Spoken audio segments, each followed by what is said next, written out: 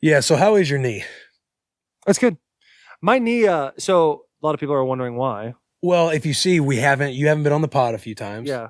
You went out to AZ. Yep. We're in AZ. The boys, now. we haven't seen each other well. Obviously, we've been spending the week together, but Yeah. update the people on how well the knee is doing. Knee's doing good. So my frustration is like I wanted to get cleared in 4 months. And then kind of what happened with my knee, I was told one thing, how it was like just an ACL. And then I started to find out as I got like 9-10 weeks into it, there was a couple other things that I had to deal with. And so it caused a lot of swelling. And this is, I guess I can be as honest as I possibly can with this.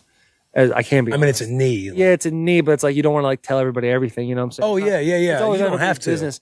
Like, okay, so I tore my ACL, obviously, and I thought it was just an ACL tear. And then it ended up being, there's a little bit more that goes with that. And so I had like a little bit of cartilage stuff, just a couple things that were causing extra swelling. So when my goal was, I was like, all right, February would be 4 months. I want to get cleared in February. And as like those like week 17 or 16 or 17 was approaching, I was like, I'm not gonna meet my mark. And so when that happened, for me, I was I was upset. Like there was a level of depression with that. There still is a level of depression with that. Or like dealing with it, that's really hard because you go from being this athlete, the person that can move really well, to being completely debilitated. I can't even go for walks with my family. Like they go for walks every morning. Right. And I want to go on those walks, but I can't because I'll flare up my knee and then all this different bullshit. So now we're in March. My knee is way better. My swelling is gone. Like things are straight. Now I'm just like strengthening the quad now. And so I don't want anybody listening to this and think, oh, he's not going to be ready for August. Like I will 100% be ready for August. Way better. And listen, when you hear about, Taylor Lewan didn't practice today because of soreness, like you're going to hear that a lot in camp. It's because I'm not doing every practice, Vrabel. You know what I'm saying? Like, we're going to get game ready. And hey, Braves, man, you get it, bro. Yeah, my knee's a little tight. Hey, just be like, oh, hey, it is a little sore today. And then you take it a little day. You know what I'm saying? That is the nice little deal about being injured. And you can take a day if you need to take a day. And the good thing, like with Vrabe too, like he gets that stuff. Like when I had came or come or whatever you say to Nashville, came, hey, with a no pause. Hey, when I had my Liz Frank coming off of Washington, and we were in OTAs, like it was still bothering me. I think I was like 5 months already post. I didn't even have surgery. Right, but post injury. Yeah, post injury. Yeah, 5-6 months when we were practicing and everything. Rabe only had me going like every other day. He like comes up, he like, hey, how do you feel about maybe just going every other day? And I'm thinking in the back of my head, like, dude, hey, that sounds amazing. Yeah, honestly, sounds like the best I need that because it bothers me to go on it every day. So he gets obviously playing his 14 years. He knows. My thought process, the whole thing was, I want to get to a point where I can be cleared to do like normal shit, but it wasn't like I want to get cleared so I can go play football. You can't play football in March. You can't play football in April. Right. Like that shit doesn't happen. Right. So for me, it was really like about how can I get cleared just so I can feel good about myself from a work ethic standpoint, from like I did all this standpoint. Those first 4 months were like, okay, like I had something to get up for every single day and like work super hard for. Gotcha. And then when the 4 months didn't happen, it was a steady decline. I still get up every day. I still do my work. I still do things I have to do because like, that's the only thing you can do is control what you can control. But there was like is it ever going to get fixed? Am I ever going to be all right again? Right. And it's like the obvious answer is yes. It's just an ACL. Yeah. But at the same time, there was so much shit to deal with. Like I think about my knee 24/7. I haven't had a drink in 2021. All right. I don't have a vice at this point. You're doing PT. I'm doing early PT in the morning, 2 hours a day. We're working. We go to work out. We come back. We have a little window where I got to get the pod stuff set up. Then you do Pilates or PT again. Yeah. Like you're always kind of doing shit on it. You're obviously eating very good. Yeah. So, shit's just different right now, dude. And I think I'm gonna have the best year of my entire career this year because of the effort I'm putting in.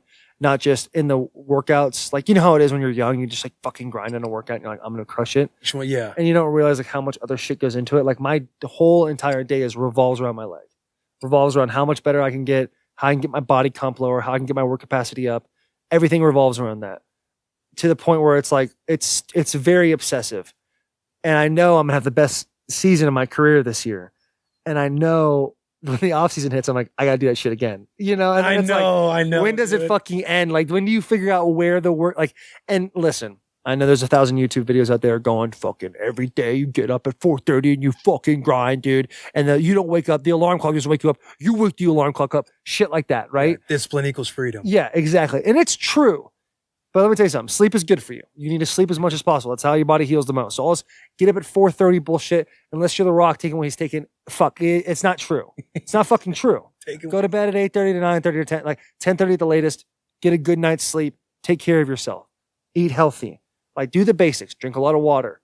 Before you start trying to find the fucking remedy to life, right? Yeah. Just do the basic shit. And so that's what I'm kind of figuring out is like, I haven't had gluten or dairy since, I don't know, October. Can I touch that shit? What do you mean? You know, in Step Brothers, he's like, I haven't had a carb since. Yeah. Touch this shit? You want to punch me in the face, don't you? Yeah. Keyboard. Okay, I haven't had a carb since 2004. Check these out.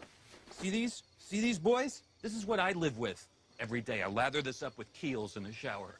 You want to touch this shit? No. You want to touch these bad boys? Sorry, not gonna happen. So fucking, I haven't had gluten or dairy. I haven't had a drink. Like, it's kind of like, it's freeing in a lot of ways because like it's off the table for me. So, and I can visually see the change in my body, which is really cool. Looking better naked. Hey, I look naked. Just if that piece got a little bit bigger, I'd be a lot happier. Other than that, dude, we're pretty. Are you getting that vein kind of going down to the old wrench? You know what I'm saying? How it goes. You got the V that kind of cuts down. You got the V that kind of cuts down. You kind of got that vein. No, I don't have the fucking. I'm 297 pounds right now. I was just asking. It was just a question. No, I don't have a vein going down to the base of my cock. Because that's what you're asking. No, I don't have. I'm not 116. You know, ounce. fucking Alex does. Alex definitely has got a vein going down to his piece, dude.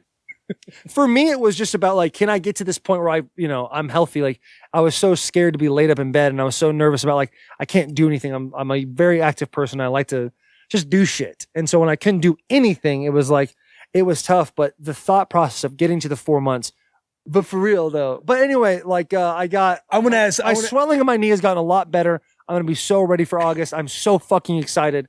Like, you guys rip. Everybody fucking rips. His knee's gonna fucking. Knee's not gonna rip. Shut the fuck up, Will. Don't say that. No, the knee's gonna rip like life rips. Yeah, I know that. I know that the version you're trying to say, but you can't say. You know what I'm saying? Yeah. You're not tearing it.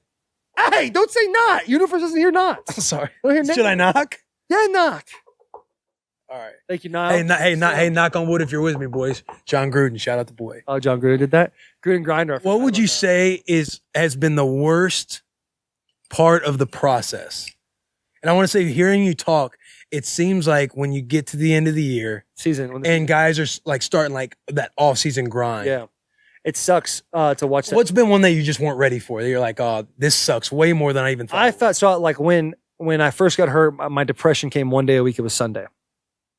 The church was coming for my 10%, and that's family day too. Yeah, it's family. Just day. depressing. Well, I know. I'd sit there and watch the Titans play, and I'm just like, dude, this fucking sucks. Oh, during season. Okay. Yeah, during season. Like, that's my biggest day of the year. I'm like, my biggest day of the week is like of depression was Sundays were awful because I had to sit there and watch football and just daydream about playing football. And then the season ended, or like the Titan season ended, and those 2 weeks when the playoffs were still going on, I was like, I felt great. You know what I'm saying? I was like, oh, I'm still working my knee. I'm going to get back, blah, blah, blah. You're glad. But once the season ended, you start seeing the videos of guys grinding in the gym, doing a bunch of crazy shit. And you're just like, God, you just know that, like, I don't know. It just, you feel left behind. Sorry, I like burped or threw up in my mouth. I don't know what that was. You feel left behind a little bit. You feel like when the season's going on and the players are playing, you see that 77's not there at left tackle. So it's like, yeah, I'm noticeably gone. And then the season ends, and it's like, ain't nobody watching football. Ain't nobody thinking about me. No other players are thinking about me. No other coaches are thinking about me, except for their once in a while check-in they do. And it's like, it's just gives you a different perspective. It makes you realize like you're not as big of a deal as you think you are, which is humbling in a lot of ways. We talked about this with Paul. It's a very humbling experience. And so I think the last few weeks have been really tough. That's a big reason why I came to Arizona. I came here for my other brother, Chris's wedding. And once I got here, like, Nashville, I love you to death, but your weather is fucking trash, dude. You got to figure that shit out. I don't know if we need to geographically move, if Pandora, well, not Pandora, what the fuck's it called? Pangea needs to happen again. Tectonic plates need to move, but your weather sucks.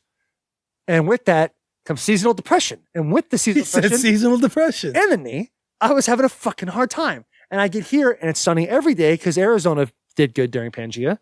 And I just fucking was here and I was like with my family hanging out. And I was like, I just need a little bit more time. Because you came for a wedding. Came for a wedding. I literally came in on Friday, I was going to leave on a Sunday. After the snow. After the snow. It was right after that big snowstorm. And my wife and I are like, should we leave, dude? Or should we stay like a little bit longer? Like, what's the deal? And our house we're building right now is going to be done April 1st. Like, move-in date is April 1st. Yeah. And I was like, well, if we stay, let's just stay till April 1st. And then we fly in and go to our house. How cool would that be? Just start a new chapter. Yeah. New friends, new podcast, new house. Like, the whole fucking thing. You know what I'm saying?